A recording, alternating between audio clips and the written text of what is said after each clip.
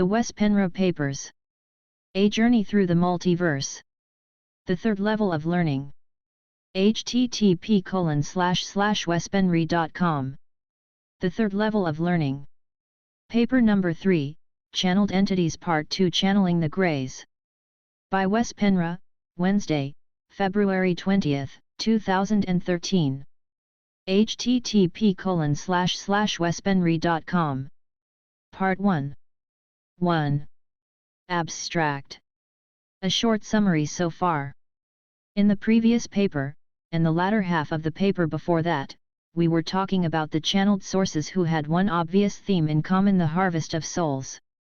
When we look at these different sources one at the time, we tend to think that they are all separate from each other, telling their stories based upon what the questioners ask them. However, if we cross-reference them, we find something very different. It's hard not to get the feeling that they are all connected somehow, and at first we feel it, but we don't know why. Then we notice that they all use terms we've heard so much before, and they are all Syrian terms, such as the Ra material, Marduk Ra, Elohim, the Anunnaki/Syrians, Council of An, Anu being the king of the Anunnaki, the Council of 12, Enki/Marduk's council to decide what to do with us Lulus, the Council of Elohim, which would be the higher council in the Syrian hierarchy, the off-worldly one, and Ptat, or Te, which was Enki's name when he was the first pharaoh of Egypt. So we have the Ra material, the Elohim, the Cassiopeans, Quo, and the Alpha Draconians, not yet discussed, and I know there are more out there who have these Syrian terms in common, and they are all here for the harvest. They all deny such a connection to the Syrians, and Ra even said their name was taken for totally different purposes, but there are too many coincidences just to write it all off. From what I can see, they are here to pull in as many light workers and truth seekers as they can into their fold, and they are using different channels to have as much variety as possible. They cure the blind, heal the crippled, and spread an enormous amount of love and light around them, so we will think they are genuine and positive in nature. Some sources say that they are basically here to assist us in the afterlife when this lifetime is over, by handing out 4D bodies for those who have been good and have their heart chakras open 51% or more. After that, those 51% will enjoy their next lifetime in 4D. But if you don't meet the criteria, your only option is to be recycled to a new 3D planet. This is what many of them want you to believe. Others, like David Wilcock's Ra people, say they will come down in spaceships and bring us to the fourth density while we're still here, in incarnation. Wild, but many people fall for it. The sources belonging to this group of channels say they are riding on a cosmic superwave which is heading our way, and on this wave both good and bad entities are riding. Once it's here, it's going to sweep over the solar system, and if you're ready, it's going to be a very uplifting event, but if you're not, it can be quite a negative experience both for the body and the mind. Of all the people who are unprepared, not everybody will die, but many supposedly will.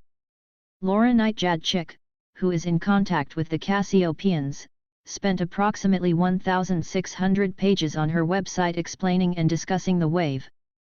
This is as much as we've discussed the harvesters of souls and their agendas so far. However, to get the full picture of what is going on, we need to look into the Greys, and especially the Zeta Reticulians, and establish who they really are. And lastly, we're going for the real shocker, the Alpha Draconians. When these groups are exposed, it should be pretty clear for the reader what this is all about, and many will be shocked. In fact, I've found out a whole lot more even within this week and a half since I released my previous paper. 2. Channeling the Zeta Reticulians. Germain is a group consciousness energy, who states that his orientation is from a realm of integration that does not have a clear-cut density/dimensional levels. The term Germain in the English language means significant relevance, or coming from the same source. Germain chose this term to somewhat personify his energy. Neither male nor female, he views us as evolving to become like him as we begin the process of physical, emotional, mental, and spiritual integration, which leads us back to the source of all. The above quote opens up a 360 pages long document which is basically a collection of channeling sessions, articles, and documents from between 1992 and 1999, by and with channeler, Lissa Royal. It's no longer online, from what I know, but has some revealing information in it. Germain is one of several group consciousnesses that Lissa is channeling. This group extended out from an earlier Arcturian connection. Arcturus is connected to Enlil and the Sirian alliance, which I will prove beyond any doubts in a later paper. Many people think of Arcturus as the home of some very spiritual, non-physical beings after have read the book, We, the Arcturians, but like the Cassiopeans say that these beings are not from Arcturus. The whole book was just a way to prepare us to be able to understand the concept of non-physicals. Some say that the Tall Whites, an alien group working for the government on a military base in Nevada, near Nellis AFB, are coming from Arcturus. We are going to look into that connection and relay it to the Sirians in an upcoming paper. Another source Lissa is channeling is Huroni, who happens to be a Zeta Reticulian Grey Hive consciousness. Huroni, who is the spokesman for this hive consciousness, is a project leader for some genetic projects, and we get the impression that he is an expert on it. The Greys are genderless, but both Lissa and I prefer to call him he for simplicity. In addition to this, Lissa is also channeling a female being, Sasha, who is from the Pleiades, and lastly Bashar, who is another Grey consciousness, claiming to be us in the far future. All these beings and group consciousnesses are connected to each other in one way or another and are assisting each other in the goal to create a future society based on human hybrids. I have read a few interviews with Lissa Royal, and she comes across as a very intelligent, rational woman, and I can tell she is a person with a good heart. She is the author of a number of books on metaphysics and channeling, and started channeling already in the 1970s, before she attended some classes on the subject. She channeled a lot of different entities before she decided to stay with Germain, Huroni, and Sasha. Channeling Bashar was something she did in her earlier days, and this group consciousness is more known to be channeled by Daryl Anka these days. Lissa channeled RA as well before Carla's group was contacted by them. Two of the more interesting earlier channels, according to Lissa herself, were of one entity called Radia from Arcturus, and Akbar from Orion. Radia eventually turned into Germain. In a channel session, Radia told Lissa that this was the last time she'd hear from her, and a little bit later she transformed into Germain, whom we then highly suspect is connected to Enki and the Sirians. What I think people know her best from today, and what stayed most in the human consciousness, is The Prism of Lyra, a book which is more or less the story of the universe from the beginning, when life came through a prism in the Lyra star constellation into our universe, and later on moved over to Orion. Furthermore, it is explaining which star races came to Earth millions upon millions of years ago and created civilizations here. It also described how the Vegans created the dinosaurs and out of that came a reptilian race, which to some degree still lives here on Earth in underground caves and caverns, while others left the planet and went to other star systems. In other words, this channeled book is saying that at least one or a few reptilian races out there in the universe today actually originated on Earth. It also tells about the conflict between the Vegans and the Lyrans, and how mankind later on became genetically manipulated by a negative star race from Sirius, while a galactic war was raging in this sector of the universe. The way Lissa is explaining the difference between densities and dimensions is probably the best I've seen in channeled material. She explains the differences as follows. Density denotes a vibrational frequency and not a location, which the term dimension implies. The density structure of this reality is primarily expressed in 7 levels, though each level has sub-levels within it. The density scale is a model used to communicate one's perception of orientation in relation to other realities. Dimension refers to one's location in space/time rather than a person's vibrational frequency, density. Webster defines dimension as magnitude measured in a particular direction, specifically length, breadth, thickness, or time. There are an infinite number of dimensions existing with a given density or vibrational frequency. Density, as most of these sources see it, is the opening of the chakras, one by one, which in turn lifts us to higher vibrations/frequencies. As long as we're in 3D, we are reacting and acting mostly out of fear and base our decisions from that. Fear belongs to the third chakra in the body, which is controlled by the belly. The fourth chakra is the heart chakra, and this is the chakra they are concentrating on in the ascension. This is, of course, a simplified explanation of what it really is, but it works for their purposes. I explained in Level I, Genesis Paper Number 1, Human Origins and the Living Library of March 31, 2011, the history about the Zeta Reticulian Greys, partly as it was told by Huroni, the Zeta mass consciousness, and how they basically come from a planet called Apex in the Lyra star system. Once upon a time, the story goes, the Zetas were pretty much like us when comes to evolution. They, too, destroyed their planet, and the toxicity created mutations in their offspring. The babies were either stillborn, or were born with much larger skulls than their parents. This made it almost impossible for the females to have a normal birth. Then, to make a long story short, they were also invaded by another race of the Grey stock. A war broke out, which culminated in a nuclear war that ended up destroying the whole surface of Apex. The Greys thus had to live underground for many, many generations. That is supposedly how they developed their big, black eyes, so they could see in the dark where no sun ever shone. The radiation the Greys were subjected to during the nuclear war made their body more or less resistant to it, but it came with a price. They could no longer reproduce and had to learn how to clone themselves to keep the population on a more or less steady level. They lost their reproduction organs and the digestive tract atrophied, and instead began to absorb food through their skin. With time, they became a beehive community in order to survive better. What the Greys did not understand while they were living underground was that their planet, due to earlier misuse of energy, both nuclear and zero-point energy, had started breaking down the planet's energy field on a sub-quantum level. This created an electromagnetic warp in the time/space fabric around the planet. This made their world change position in the time/space continuum, and when the species one day decided to go up to the surface and check things out to see if it was perhaps inhabitable again, they noticed that the planet now revolved around a different sun in the Zeta Reticuli star system. Some Greys then stayed in their new star system, while others migrated beyond Orion, where they eventually evolved into the Essassani Greys, where Essassani is the name of their planet. To us they became known as Bashar. This is the ball part of the story that Huroni, Sasha, and sometimes Germain have been telling us in channeled sessions back in the 1990s. Furthermore, they say they have an agreement with we humans to abduct us to learn more about us, so they can regain their sexuality and their emotions by studying us. They are promising that they are not making any changes in us. This, as we shall see, is not true. They are making changes in us and are later on admitting to it. 2.1. The Zeta Agreement.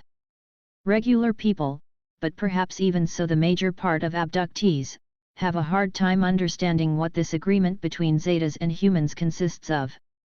We who have researched this are aware of the TTP-DEF, Technology Transfer Programs, which is an agreement between our government and the Greys. Now, forget about the Syrians for a moment while I get to the point here, and you are going to be able to see a very interesting connection. This agreement allows the Greys to abduct a certain amount of humans in exchange for technology. The best-known agreement was that between the Greys and the President Eisenhower government in the 1950s, but abductions had been going on long before that, and Hitler had a similar agreement. The TTPs certainly took place, but they are only a part of the whole Grey scenario. The TTPs were either agreements between governments and a very negative faction of the Zetas, or the Syrians themselves, in their Grey spacesuits, but not the main part of the Grey community. Not all Greys have been involved in those TTPs, according to Huroni, Sasha, and Germain. They say that the agreement to abduct humans is made between the separate humans themselves and the Zetas on a subconscious level, or between lives. They say that they can only abduct those who are vibrating within a certain frequency and transmit a certain signal which can be picked up by the Greys. The rest of humanity can't be abducted, because the Greys, who are operating from another density, can't physically find us. In other words, those who are abducted are willingly being subjected to this, and have always given their consent, whether they remember it or not, according to our sources. Still, many who are abducted are afterwards very fearful about these events and feel both anger and terror from their experiences. They are the last to admit that they have been taken with their consent. The Greys strongly disagree. Hironi says that it all depends on how the abductee is letting themselves experiencing the event. They can meet it with fear, or they can see it as a learning experience which will benefit themselves, the Zetas, and the rest of humanity. If they choose the first alternative, the abductions are going to be very painful on many levels, but if they choose the second, the experience can be very rewarding. But what is this all about? Why are all these people actually taken? Hironi is the first to admit that the Greys lack both emotions and understanding of human pain and needs, and they totally lack the ability to have sexual thoughts and desire. When these subjects are raised, Hironi is giving us a comment we have heard many times before: they are us in the future. Oh no, you think, not them, too. We've heard that phrase so many times now that we're sick and tired of it. Why are these sources all saying the same thing? Are they all lying, or is it just proving my point in the previous paper, that they are all us in the future, but from different timelines? Yes, that's certainly how it seems to be. They are us in the future, but from different lines of time. That's the common denominator amongst all these channels we've mentioned so far. But on the other hand, it's not the first time in my papers that I've said that the Greys are us in the future. However, we are going to look at this from a different angle now and see if we can find some missing pieces, such as where the Greys come into the picture. If they are us in the future, how could things go so wrong?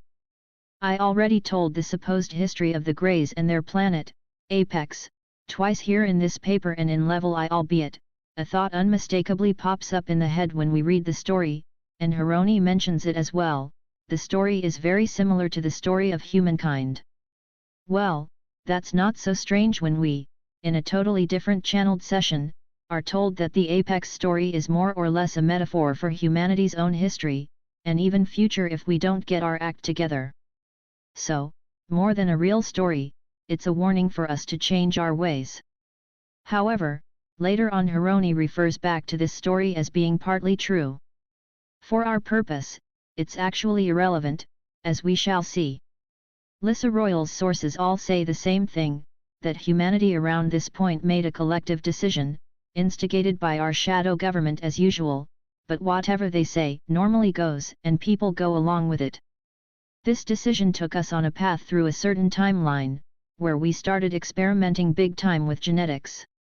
Of course, we know that this is not only something that's currently being done only by the government and the military, but is in usual manner directed by interdimensional forces, our friends, the Sirians.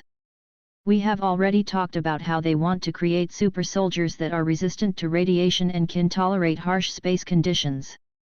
The Sirian Alliance already knows how to do that, because they were the ones who created the Greys in their own solar system once upon a time to use as spacesuits when they go on interstellar travels, and at the same time can comfortably move around in these grey bodies on their own planet.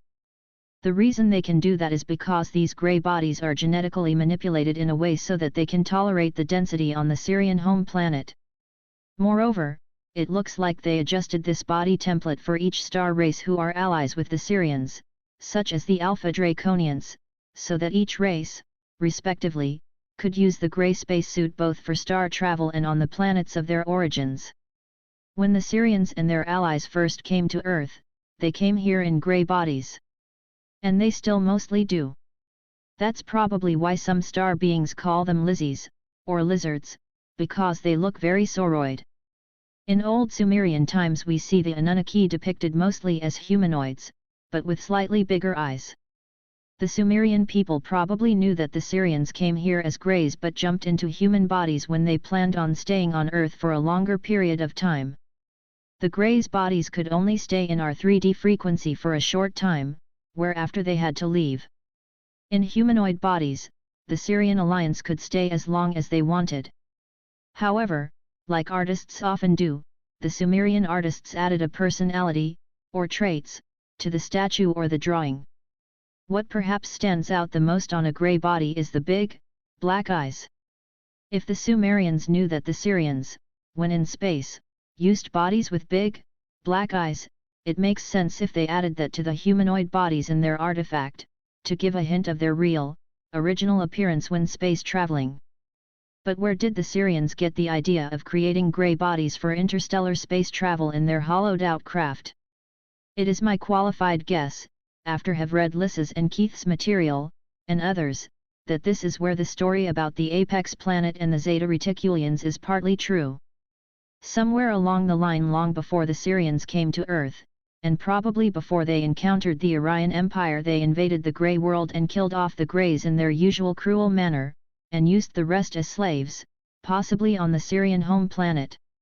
Whether the part of the story where the Greys were subjected to nuclear radiation is true or not, perhaps the Syrians quickly noticed how easily the Grey template adapted to the conditions in space, and from there, their genetic experimentation with the Greys started, which led to that they created their half-biological, half-machine spacesuits. Before they encountered the Greys, they must have either used their own original bodies and noticed their shortcomings, or traveled in some other ways, maybe even using some kind of artificial spacesuits, like our own astronauts do, but much more high-tech. I don't have the answer to this. Now, let's go back to Earth and present time. Of course, the Syrians already know how to create efficient grey bodies because they use them all the time. Even if they have to genetically manipulate them here on Earth, and perhaps add human genes to them, it wouldn't take long for them to create Zeta/human hybrids. I wouldn't be surprised if they, in underground facilities, already have a whole army of human hybrids, ready to be used, but in suspense for now. Or, they are teaching human scientists how to do this genetic engineering from scratch. We don't know very much what's going on deep beneath our feet in those multi-leveled underground military facilities, not to speak about the bases under the ocean floors. There are whistleblowers, of course, but they are usually only low-level ex-military with limited clearance, and even if what they tell us can be horrifying, it's just the tip of the iceberg. However far they have come with their hybridization, we now have quite a clear picture of what will happen in the future. Interestingly enough, an almost identical story is told by Barbara Marciniak's Pleiadians, who otherwise very much dislike the Greys and most of the rest of the Channeling Pack, and Galactic Federations in particular. Hironi, Sasha, and Germain are telling us that far in the future mankind has become totally hybridized, with no emotions and no sexual abilities. Reproduction is done totally through cloning. But just like when you use a standard copy machine and copy paper after paper, and use copies to create new copies, eventually the text will be unreadable. It's the same with cloning a species.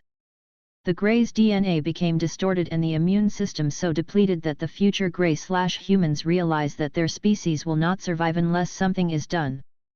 So what they do is to become time jumpers. This means that they, with help from technology, are able to go back in time and insert themselves on our timeline from perpendicular time, a scientific term which we discussed earlier. On a linear timeline, a highly technological race like our future selves, or a race who can nano-travel, which most Greys can't, except Bashar and a couple of others, at the most, is able to go back on this linear timeline and insert themselves perpendicularly anywhere they want. What would be more appropriate than to do it here and now around the nanosecond, when the old era ends and a new has just started? This is, after all, when all the timelines merge, like we've discussed before, and we start anew from a starting point, which is now, and branch off into different futures, taking us to different destinations on multiple timelines. This is why we see different versions of Greys here, I've just found out. They are all us in the future, but in different stages of development, from different times, and perhaps even slightly different timelines. Many think these are Greys from different star systems, and that's why they look different, but apparently, that's not the case. So, the abductions by the Greys are not present-time abductions so much as they are abductions by our future selves on our present-time versions of themselves. And sometimes, say Lys's sources, they have help from more humanoid races, who are present during the abductions, to make the abductee feel safer, because they recognize the familiarity in the humanoid presence. The end result of all these abductions from the future is the Essassani race, Bashar. Supposedly, they have settled in a star system beyond what we see in the sky as the constellation of Orion. The Greys, of course, are the product of the machine kingdom, where the human race slowly and successively turns into half machines and half humans, with no emotions and no means to reproduce, a dying race. A lot of things, as we shall see soon, will happen on these machine kingdom timelines before we get to the Essassani stage. But the eerie questions is, what will happen after the Essassani society? Why does it stop there, where humanity are better off than in earlier stages where the Greys are visiting, but still quite emotionless and not able to have sex? Not a word is said about what will happen after Essassani. The following quotes are directly from the Grey Collective, Hironi, and this is what they are currently engaged in. 1. That we will assist you in triggering latent genetic codes that will propel you into an accelerated state of genetic evolution. These codes were placed in you by your forefathers and were designed to be triggered when you achieved a certain vibratory rate. This vibratory rate occurs when your consciousness accelerates. That is what is occurring now. In our work with you, when we interact with you either physically or etherically, we work with these genetic structures, these latent genetic codes. Some of them can be activated from the etheric level, some need activation on the physical level. As we have agreed to do millennia ago, we will carry out this agreement of assisting in this species triggering. 2. Even though we do not understand the concept of emotion, we seek to understand it and we watch you in order to do so. We have been told by others who interact with us that your species' goal at the present time is in expressing and then integrating your fears. Even though we do not understand why, we understand that our interactions with you promote fear in some people.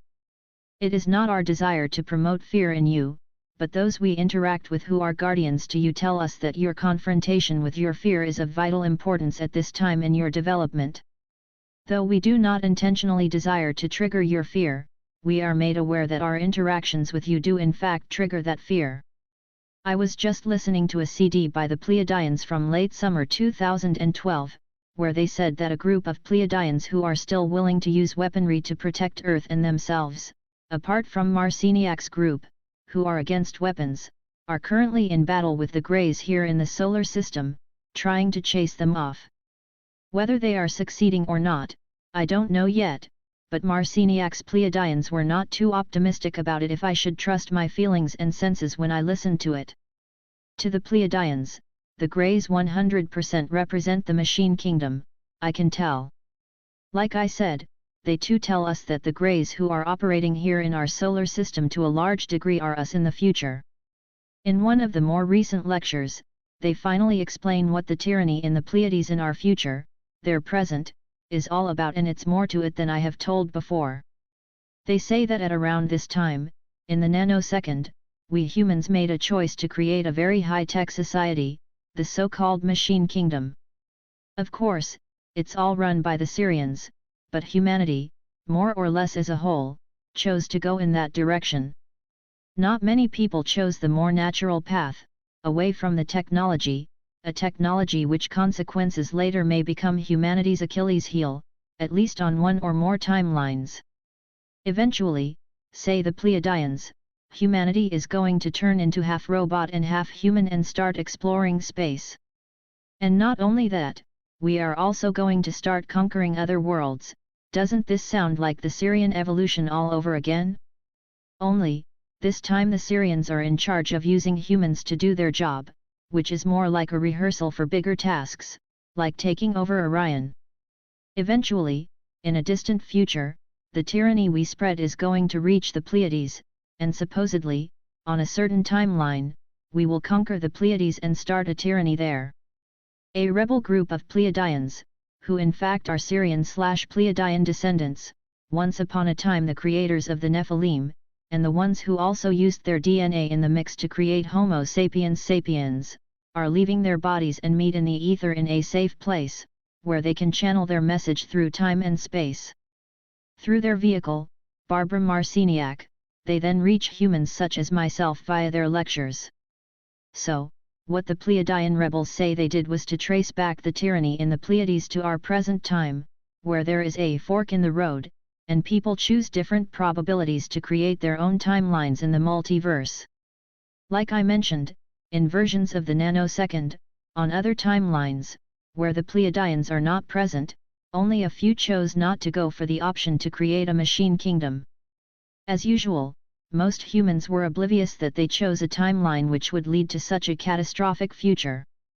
They were just fascinated by all the cool technology, and one thing slowly led to another. Apparently, there are thousands upon thousands of people around the world who listen to the Pleiadian lectures and get the message. What they want to do is to slightly change the timelines, and by educating people so they can make more conscious choices, the tyranny will hopefully disappear in the future, their present time. Those of us who take their teachings to heart, but also start thinking on their own and do their own research, one by one help changing the vibration of the mass consciousness, and more major changes will occur that will create more distinct options. The Pleiadians are suggesting in their lectures that we choose to evolve without technology, just by natural means, which is done through education and willingness to change accordingly to the changes in our belief systems. As usual, they ask us to use discernment even when listening to them, and it's our choice if we want to believe what they teach us. The Pleiadians were the first to suggest we go back to nature, which doesn't mean we need to throw out all technology, some of it can still be of assistance to us. Technology in itself is not bad, it depends on how we use it. But it's important that we don't let technology run our lives, and that we only use it when we see it can really enhance our living. In other words, they suggest we create a totally new timeline, based on what they've taught us. Thus far, they are quite pleased and say that bigger changes than we think have been made in the mass consciousness. Most people will still choose the machine kingdom, but many more than anticipated will now choose the timeline that leads to natural evolution without harvest or gray intervention.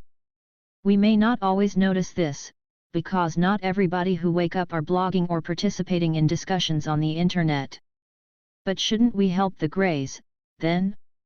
After all, they are our descendants. Well, that's what the fork in the road is all about.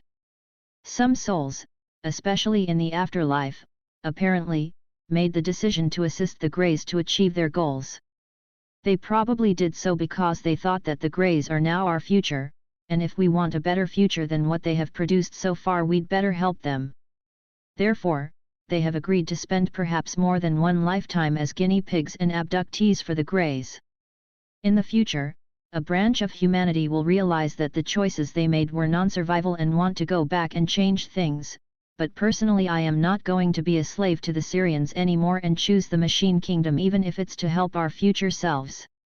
In fact, if we choose the natural way to evolve, we are creating a brand new species, and the Greys are no longer our descendants in that sense after we've branched out. What they want to do and how they do it is their solution to the problem, but I for one am not going to get involved in it. I know there are many more people, perhaps you who read this, who will think like me. And besides, the machine kingdom does not end with the Essassani, probably. It will continue in one form or another. And somewhere along the line, things will branch off again, for sure, and one branch will go for attacking Orion, because that's the Syrians' goal, apparently. With all this in mind, it may be a whole lot easier for people to make a choice. However, it's very important that we understand what choices we make. In the next section I want to quote a channeled session between a group of Zeta Greys and a human being from the audience. It is all happening during a Bashar section. The channeler is Daryl Anka.